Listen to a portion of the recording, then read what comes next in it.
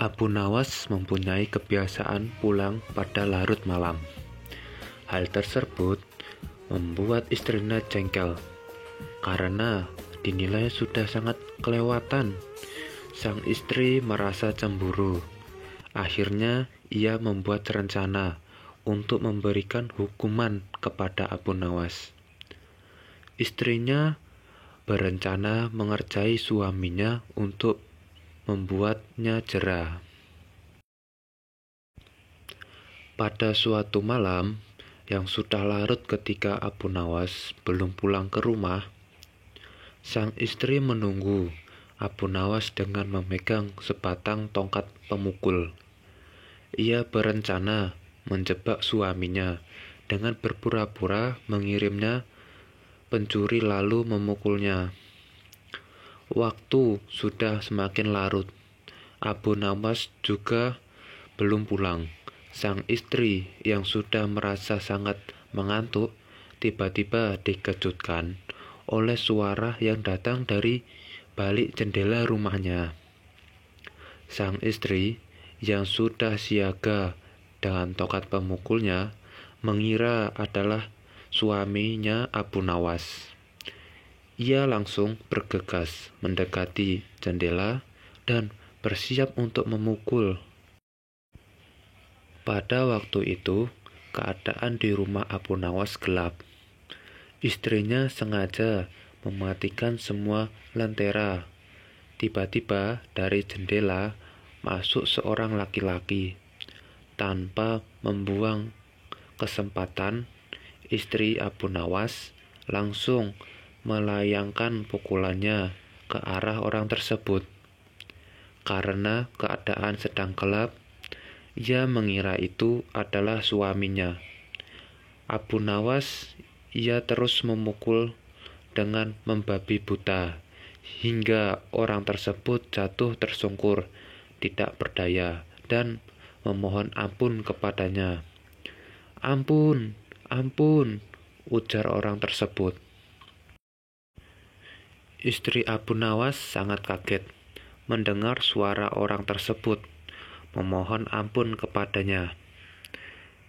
Ia menyadari jika itu bukanlah suara Abu Nawas, suaminya. Orang yang baru dipukul tersebut terkulai lemah, tak berdaya di lantai. Istri Abu Nawas kemudian menghidupkan lentera. Maka jelaslah tampak jika orang tersebut bukanlah suaminya, melainkan orang lain yang hendak mencuri di rumahnya. Sontak istri Abu Nawas berteriak tidak karuan meminta tolong. "Pencuri, pencuri, tolong, tolong," teriaknya. Spontan warga sekitar langsung terbangun dan berhamburan menuju rumah Abu Nawas. Mereka kaget melihat pencuri tersebut yang sudah terkapar tidak berdaya dihajar oleh istri Abu Nawas.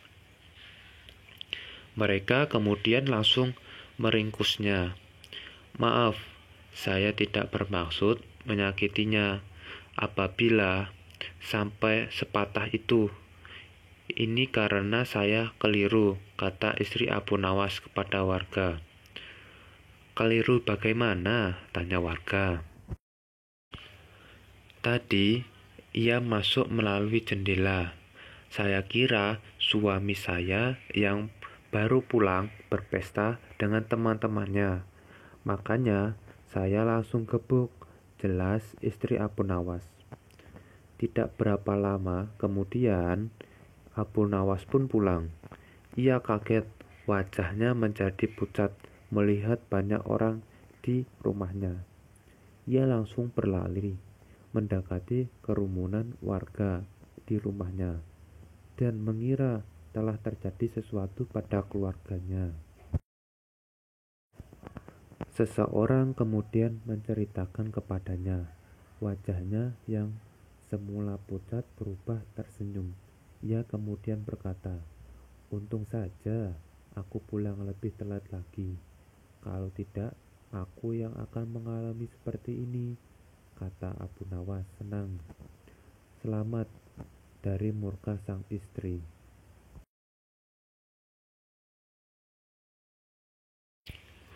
Suatu hari, Abu Nawas bertemu seorang pengemis laki-laki.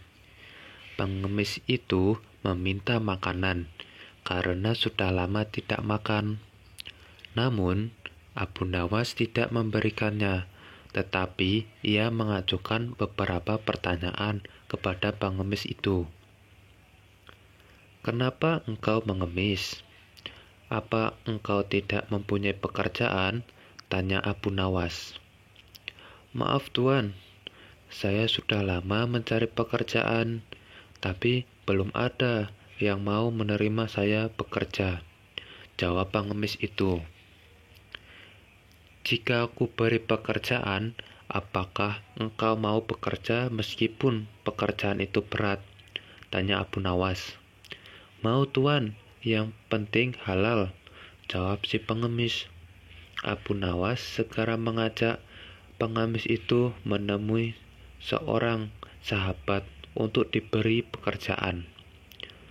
Pengemis itu akhirnya mendapatkan pekerjaan. Ia diminta mencabuti rumput di kebun sahabat Abu Nawas. Pengemis itu merupakan seorang pekerja yang sangat rajin dan tangkas. Dalam waktu singkat saja, pekerjaannya pun selesai. Sahabat Abu Nawas sangat kagum dengan pekerjaan pengemis tersebut. Ia pun berpikir untuk memberikan pekerjaan yang lebih serius untuk pengemis tersebut. Ia memberikan pekerjaan baru untuk pengemis tersebut, pekerjaan memisahkan satu keranjang kurma menjadi 3 bagian. Akan tetapi, ia lupa menjelaskan kepada pengemis tersebut apa yang harus dilakukan, yaitu memisahkan kurma bagus dan kurma yang busuk. Ia hanya memberikan satu keranjang besar penuh kurma dan 3 keranjang kecil yang kosong, lalu pergi meninggalkan pengemis tersebut. Keesokan harinya, Abu Nawas datang ke rumah sahabatnya untuk menanyakan kabar dari pengemis tersebut. Ia pun menjelaskan bahwa pengemis itu sangat rajin dan terampil mencabut rumput di kebun, sehingga dirinya menyimpulkan bahwa pengemis itu adalah pekerja yang baik. Maka dari itu, ia memberikan pekerjaan yang lebih serius kepadanya. Sekarang dia bekerja apa? Tanya Abu Nawas. Tadi malam saya suruh untuk memisahkan kurma-kurma menjadi 3 bagian. Mari kita ke sana untuk melihatnya. Tentu sudah selesai pekerjaannya itu, kata sahabat. Tidak lama kemudian, keduanya pun sangat kaget ketika melihat pengemis itu tidur dengan pulas, sedang pekerjaan yang diperintahkan sama sekali tidak dikerjakan. Sahabat Abu Nawas merasa kesal dan segera membangunkan si pengemis tersebut. Kenapa engkau tidak menyelesaikan pekerjaanmu yang semalam? Tanya sahabat. Maaf Tuan, kalau hanya memindahkan kurma, sesungguhnya itu mudah. Yang sulit itu adalah membuat keputusan mana kurma yang baik dan yang busuk. Karena saya tidak diberitahu sebelumnya, jawab pengemis. Sungguh itu tidak terpikirkan olehku, kata sahabat Abu Nawas. Abu Nawas pun tersenyum melihat kejadian itu. Ia pun menegur sahabatnya karena hanya bisa memberikan tugas saja, tapi tidak memberikan penjelasan dengan baik. Pekerjaan untuk sang pengemis. Suatu ketika, Abu Nawas berkeinginan ingin menunjukkan sesuatu kepada Baginda Raja Harun ar-Rasyid. Abu Nawas bertekad untuk menjadikan Baginda Raja sebagai budak dan menjualnya kepada seseorang. Hal ini dilakukan Abu Nawas tidak lain adalah agar Baginda Harun ar-Rasyid dapat mengetahui jika di negerinya masih terdapat praktek jual beli manusia yang dijadikan budak. Abu Nawas segera berangkat menuju istana menemui Baginda Raja. Ketika tiba di istana, ia mulai mengutarakan maksud kedatangannya kepada Baginda Raja. Abu Nawas berkata, "Ampun Baginda, hamba ingin mengatakan sesuatu yang mungkin Baginda tertarik untuk mengetahuinya." "Katakanlah, wahai Abu Nawas," kata Baginda penasaran. Abu Nawas kemudian menjawab, "Jika Baginda ingin mengetahuinya, maka hendaklah Baginda ikut dengan hamba dan mengikuti apa yang hamba katakan. Kemudian Baginda harus menyamar menjadi rakyat biasa agar tidak diketahui." "Kenapa harus seperti itu?" tanya Baginda. "Itu jika Baginda benar-benar ingin melihatnya. Jika Baginda tidak mau, tidak apa-apa," kata Abu Nawas. Karena rasa penasaran yang begitu besar, Baginda kemudian mengikuti perkataan Abu Nawas dan segera bersiap-siap. Beliau menyamar sebagai rakyat biasa agar tidak ada yang mengenalinya. Abu Nawas dan Baginda segera berangkat menuju suatu tempat yang jauh. Setibanya di sebuah hutan, Abu Nawas mengajak Baginda untuk beristirahat di bawah sebatang pohon dan meminta Baginda agar menunggunya di sana. Sementara itu, Abu Nawas pergi ke suatu tempat yang tidak begitu jauh menemui seorang Baduy yang bekerja sebagai tukang jual beli budak. Setelah Abu Nawas mengutarakan maksudnya, Baduy itu kemudian mengajak Abu Nawas untuk melihat calon budak yang akan dijual secara langsung. Akan tetapi Abu Nawas menolaknya dan menyarankan agar melihatnya dari jarak jauh saja. Abu Nawas beralasan jika ia tidak tega menjual budak itu di hadapannya secara langsung karena calon budak itu merupakan teman dekatnya. Baduy itu kemudian menyetujui saran Abu Nawas dan segera membuatkan surat perjanjian jual beli yang menyatakan Baduy itu memiliki hak penuh atas budak yang dibelinya. Abu Nawas kemudian menandatangani perjanjian itu. Setelah mendapat bayaran dari Baduy, ia kemudian pergi meninggalkan Baginda Raja yang sedang beristirahat menunggunya di bawah pohon. Baduy pedagang budak itu kemudian datang menemuinya Baginda Raja yang sedang duduk di bawah pohon. Baginda Raja mulai geram sendiri karena Abu Nawas juga belum kembali menemuinya. Tiba-tiba muncul di depannya seorang asing sama sekali tidak ia kenal. Baginda kemudian bertanya kepada orang asing tersebut, "Siapakah engkau?" tanya Baginda. "Aku adalah tuanmu sekarang," jawab pedagang budak yang tidak mengenali Baginda Raja. Baginda Raja kaget mendengar jawabannya. Kemudian kembali bertanya, "Apa yang engkau katakan? Dan apa tujuanmu untuk mengatakan seperti itu?" tanya Baginda dengan marah.